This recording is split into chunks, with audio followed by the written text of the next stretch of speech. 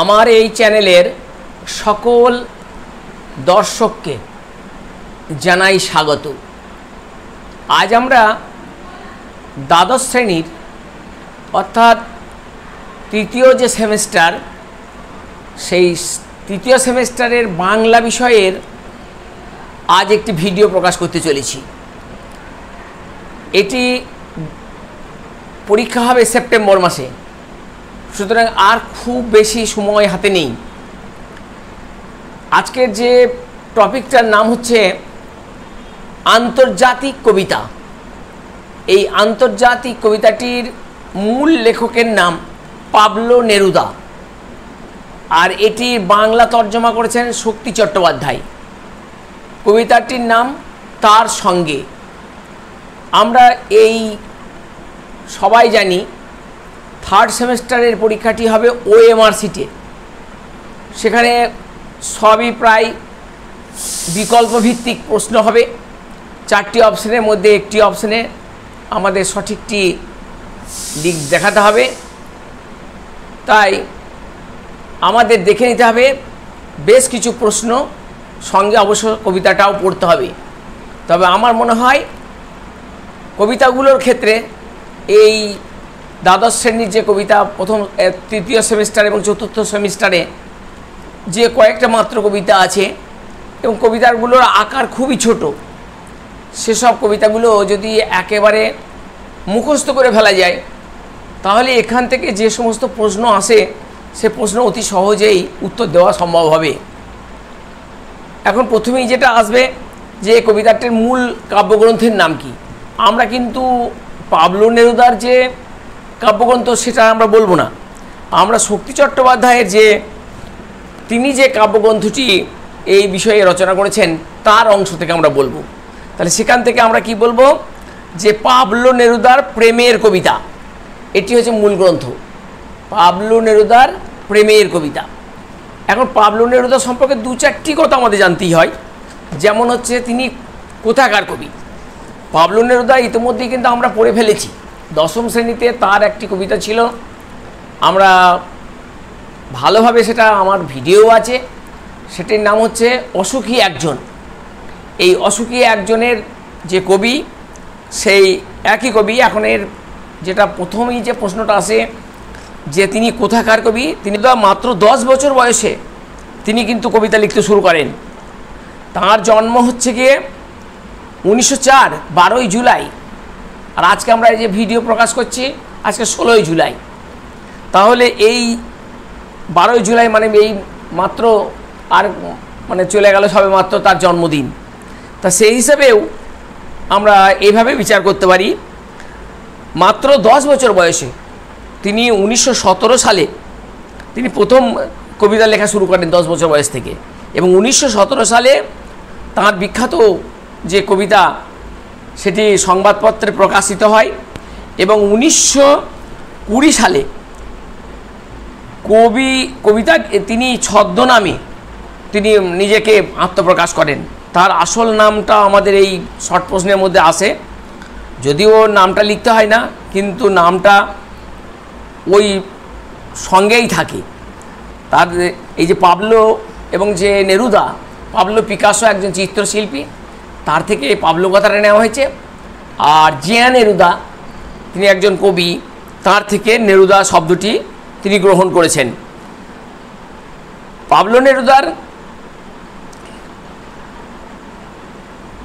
তার যে ছদ্মনাম, এই ছদ্মনামেই কিন্তু তিনি সারা বিশ্বে পরিচিত, এবং তার যে আসল নামটি যে পিতৃদত্ত যে নাম বলা হয় সেটি কিন্তু অন্তরালেই থাকে। তবুও একটু জেনে রাখতে হবে, যদি আসে অপশানের মধ্যে সেটা টিক দিতে হবে আমাদের।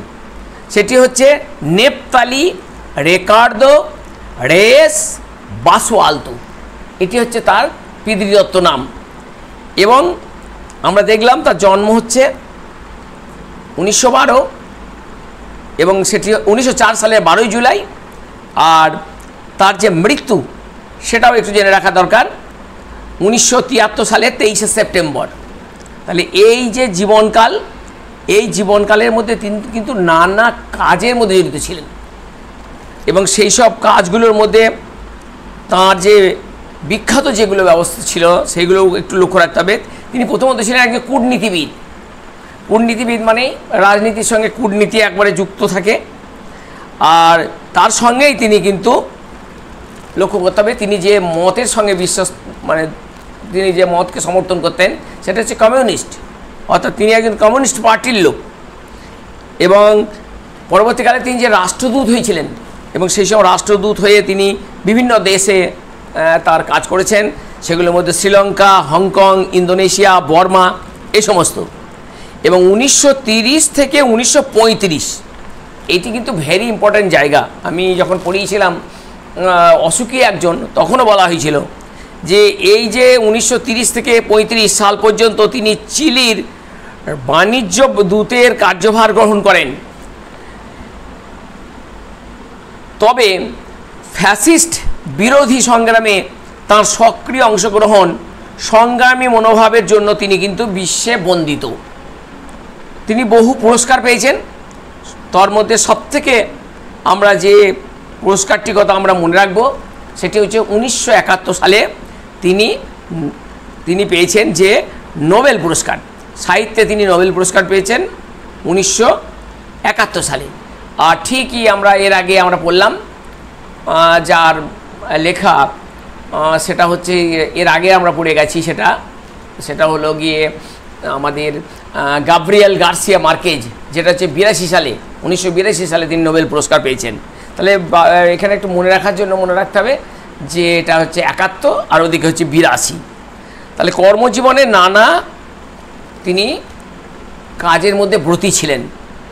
এবং সবথেকে বড় কথা যেটা হচ্ছে তিনি কিন্তু তার যে কবিতার মধ্যে যে বিষয়টার উপরে কবিতাগুলো লেখা হয়েছে সেটা হচ্ছে গিয়ে এই যে এখানে স্পেনে একটা গৃহযুদ্ধ হয়েছিল এবং সেই স্পেনে গৃহযুদ্ধের যে ফল এবং তার উপরে হয়েছে বিশ্বযুদ্ধগুলো তো মোটামুটি ওর মানে নাগালের মধ্যেই গেছে। যদি 1904 জন্ম হয় তাহলে একটা হচ্ছে 14 থেকে 18 তিনি দেখছেন এটা।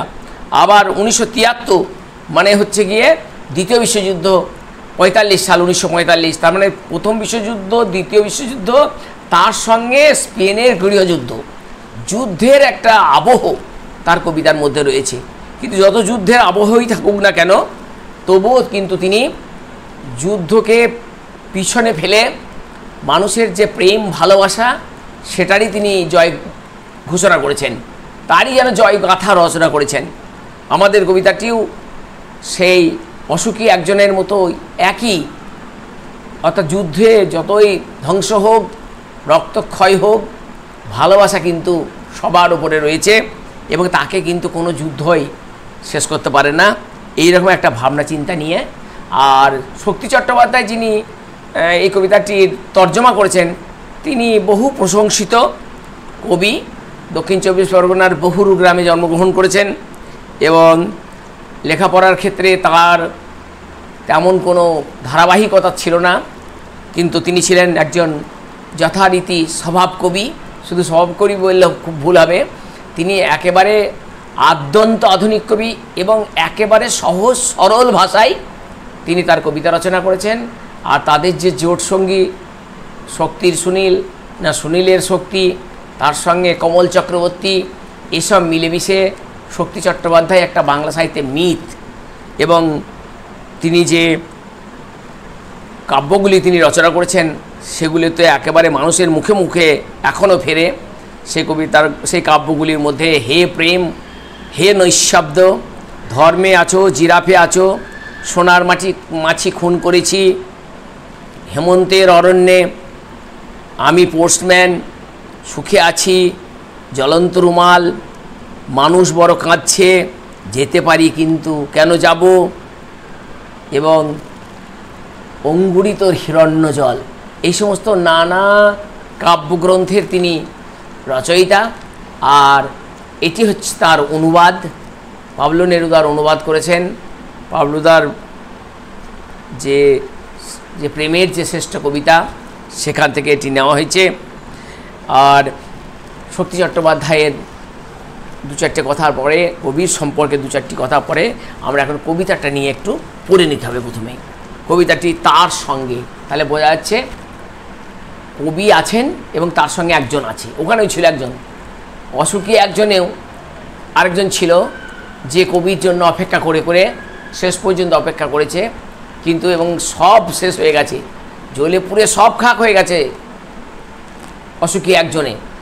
তবে সেটা নবারুণ ভট্টাচার্য করেছিল অনুবাদ, এবং সেখানে কাব্যগ্রন্থটির নামও খুব সুন্দর ছিল, যে বিদেশি ফুলের রক্তের ছিটে। এখানে দেখা যাক কি হয়। ওখানে প্রিয়তমা, সে প্রিয়তমার জন্য সব কিছু হয়েছিল, এবং সে কিন্তু অমর, অর্থাৎ প্রিয়তমা সেখানকার সেই প্রেমিকা বা তার যে ভালোবাসার যে সঙ্গী, সে কিন্তু অমর হয়েছিল। যত যুদ্ধ, যত সন্ত্রাস, যত আত্মঘাতী যাই হোক না কেন। এখানে দেখি আমরা তার সঙ্গে পাবলো নেরুদা। সময়টা খুব সুবিধের না, আমার জন্য অপেক্ষা করো, দুজনে মিলে খুব সমঝে একে পার করতে হবে। তুমি তোমার ওই ছোট্ট দুটি হাত আমার হাতে রাখো, কষ্টে সৃষ্টেও উঠে দাঁড়াবো, ব্যাপারটা বুঝবো, আহ্লাদ করব। আমার আবার সেরকম এক জুড়ি, যার স্থানে অস্থানে বেঁচে বসতে এসেছে, পাথরের ফাটলেও যাদের বাসা বানাতে আটকায়নি।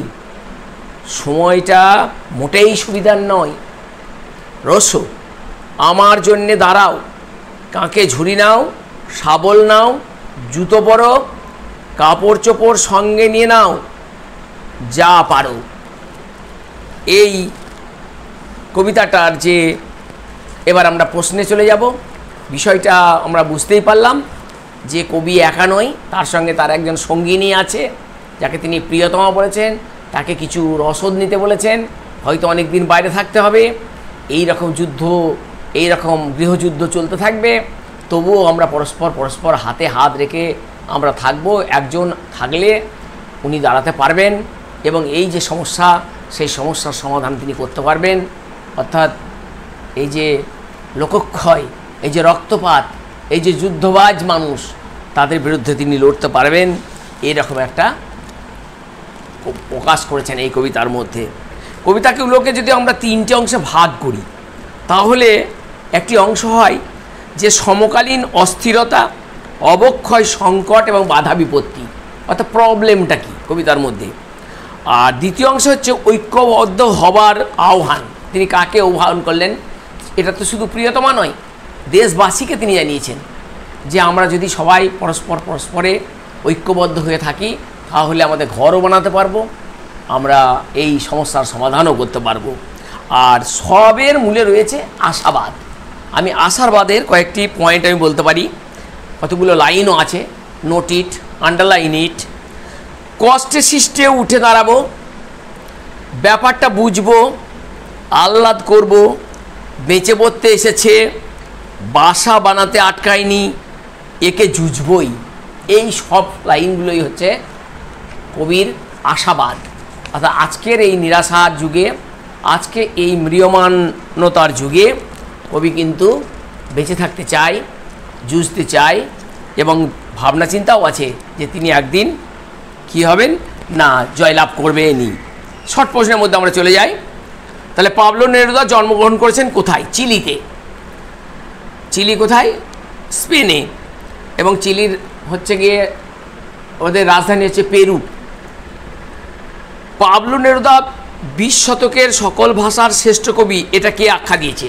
এটা আখ্যা দিয়েছে গাব্রিয়েল গার্সিয়া মার্কেজ। আমি কিছুক্ষণ আগে তার প্রসঙ্গটাও এনেছি, যে ম্যাজিক রিয়ালিজমের কথা যে তিনি লিখেছেন, এবং তার উপরে তিনি 1982 সালে নোবেল পেয়েছেন। তিনি বলেছেন কথাটা, খুব ইম্পর্টেন্ট কথা, যে 20 শতকের সকল ভাষার শ্রেষ্ঠ কবি। 1950 সালে পাবলো নেরুদা কোন পুরস্কার পান? তিনি পেয়েছেন আন্তর্জাতিক শান্তি পুরস্কার। পাবলো নেরুদা যে ভাষায় কবিতা লিখেছেন, সেই ভাষাটার নাম স্প্যানিশ ভাষা। তার সঙ্গে কবিতাটি পাবলো নেরুদার কোন কাব্যগ্রন্থে আছে? এটা হচ্ছে এক্সট্রাভ্যাগারিয়া।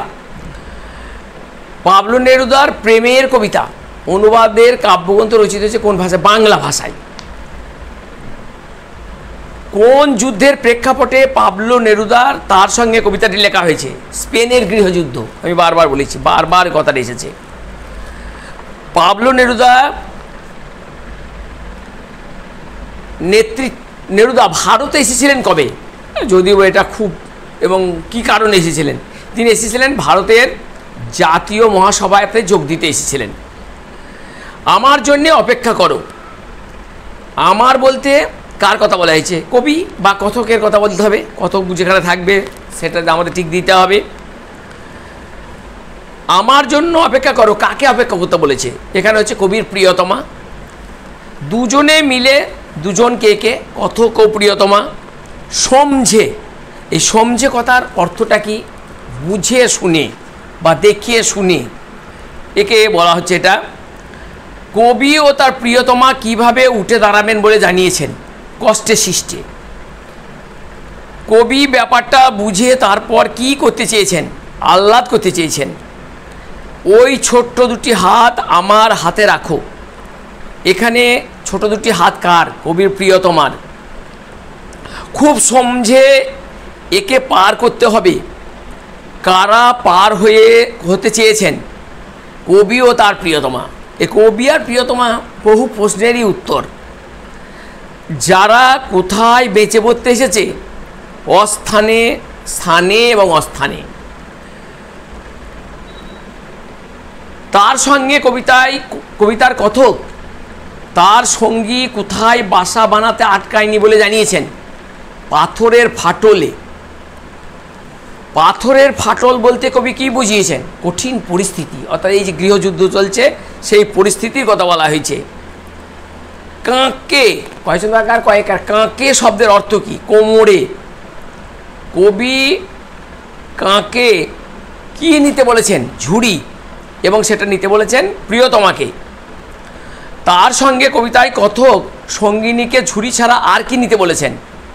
শাবল, জুতো, কাপড় চোপড়।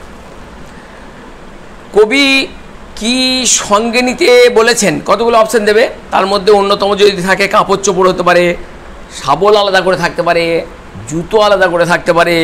এগুলো আসলে সবই হচ্ছে রসদ। শূন্যস্থান যদি দেয়, তার সঙ্গে কবিতাটি ড্যাশ রচনা করেন, তাহলে পাবলো নেরুদা অবশ্যই। পাথরের ড্যাশ যাদের বাসা, ফাটলেও হবে এখানে। ব্যাপারটা বুঝবো, ড্যাশ করব, আহ্লাদ করব। আমরা ড্যাশ চার হাত চার চোখে একে জুঝবই। এখানে কাদের কথা বলা হয়েছে? আমাদের, অর্থাৎ চার চোখ মানে প্রিয়তমার দুটো চোখ আর কথকের দুটো, আবার চার হাত প্রিয়তমার দুটো হাত, কবির দুটো হাত।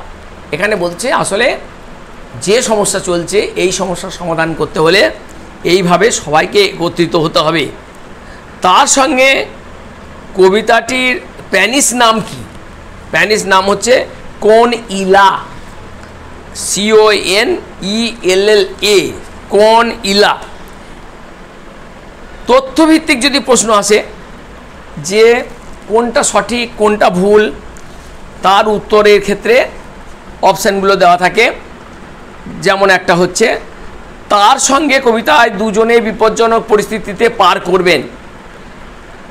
একে হচ্ছে খুব সমঝে, দুই হচ্ছে ব্যাপারটা বুঝে, তিন হচ্ছে আনন্দ সহকারে, চার হচ্ছে অস্ত্রেও সঙ্গে নিতে হবে। এখানে সঠিক উত্তর হবে এক সঠিক, দুই সঠিক, তিন ভুল, চার ভুল। এইভাবে প্রশ্নগুলো আমাদের করে যেতে হবে।